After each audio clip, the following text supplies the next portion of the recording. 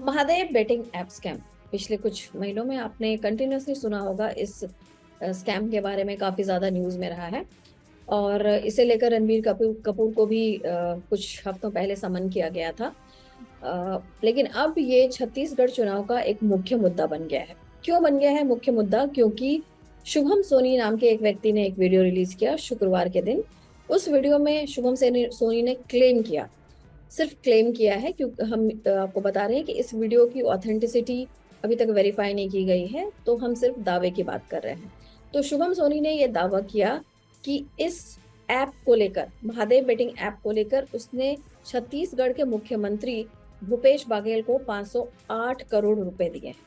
क्यों दिए 508 करोड़ रुपए? क्योंकि छत्तीसगढ़ में जब उसके लोगों की धरपकड़ शुरू हुई इस पूरे स्कैम को लेकर, तब उसने सीएम भूपेश बघेल से मदद मांगी थी, और उसी मदद को लेकर, उसी मदद के बदले ये 508 करोड़ रुपए उसने मुख्यमंत्री भूपेश बघेल को दिया। तो ये महादेव बेटिंग ऐप स्कैम इतना ज्यादा खबरों में रहा है, तो लोगों में बहुत ज्यादा क्यूरियोसिटी हो गई है ये जाने कि आखिर ये महादेव बेटिंग ऐप है क्या। तो हम आपको इसके बैकग्राउंडर के बारे में बताते हैं। तो ये महादेव बेटिंग ऐप एक गैम्बलिंग ऐप है।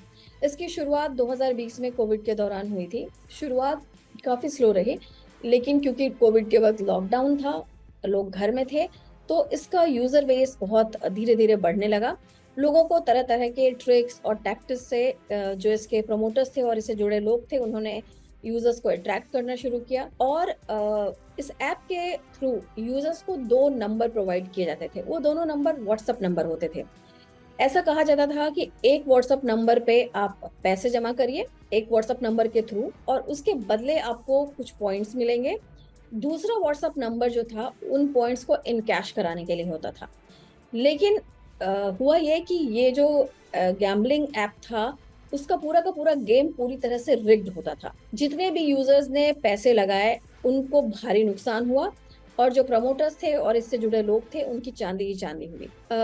जब यूजर्स को इतना ज्यादा नुकसान होने लगा और धीरे धीरे रियलाइज होने लगा कि ये गेम जो है वो पूरी तरह से रिग्ड होता है, तो इसे लेकर फिर इस गेमिंग ऐप को लेकर शिकायत शुरू हुई। लेकिन उस वक्त भी उतना स्ट्रिक्ट एक्शन नहीं लिया गया। ये एक्शन तब लिया गया जब उसके एक प्रमोटर सौरभ चंद्राकर की ग्रैंड वेडिंग सामने आई। अब आखिर वो ग्रैंड वेडिंग कहाँ थी और उस ग्रैंड वेडिंग का बैकग्राउंडर क्या था, वो हम आपको बताते हैं। इसी साल फरवरी में, 2023 फरवरी में, दुबई में सौरभ चंद्राकर की शादी हुई। उस शादी में 200 करोड़ रुपए खर्च किए गए। जी हाँ, 200 करोड़। क्यों खर्च किए गए 200 करोड़ रुपए? सौरभ चंद्राकर ने अपनी पूरी फैमिली को, रिश्तेदारों को, दोस्तों को इंडिया से चार्टर्ड फ्लाइट से दुबई बुलाया। उसके अलावा होटल का बिल, सिर्फ होटल का बिल वहां पे 48 करोड़ रुपए, 48 करोड़ रुपए थे जो गेस्ट ठहरे थे सौरभ चंद्राकर की शादी में। इसके अलावा वहां पे कई बॉलीवुड सेलिब्रिटीज पहुंचे थे, जिसमें कि टाइगर श्रॉफ का नाम था, जिसमें कि रणबीर कपूर का भी नाम आया, और जिसमें कि भारती, अली, इन सब लोगों का भी नाम आया। बहुत सारे सिंगर्स का भी नाम आया। मतलब बहुत सारे सेलिब्रिटीज ने वहां पे अपनी प्रेजेंस दर्ज की। इसके अलावा जो उसके जो वेडिंग प्लानर्स थे और बहुत सारे उस शादी से जुड़े हुए लोग थे, उनको जो पेमेंट की गई वो हवाला के जरिए की गई पेमेंट। इस शादी को लेकर खबर बहुत तेजी से फैली, और फिर उसके बाद महादेव बेटिंग ऐप स्कैम में लोगों पर शिकंजा कसना शुरू हुआ। कई लोगों को गिरफ्तार किया गया। छत्तीसगढ़ और देश के कई हिस्सों से 416 करोड़ रुपए बरामद किए गए।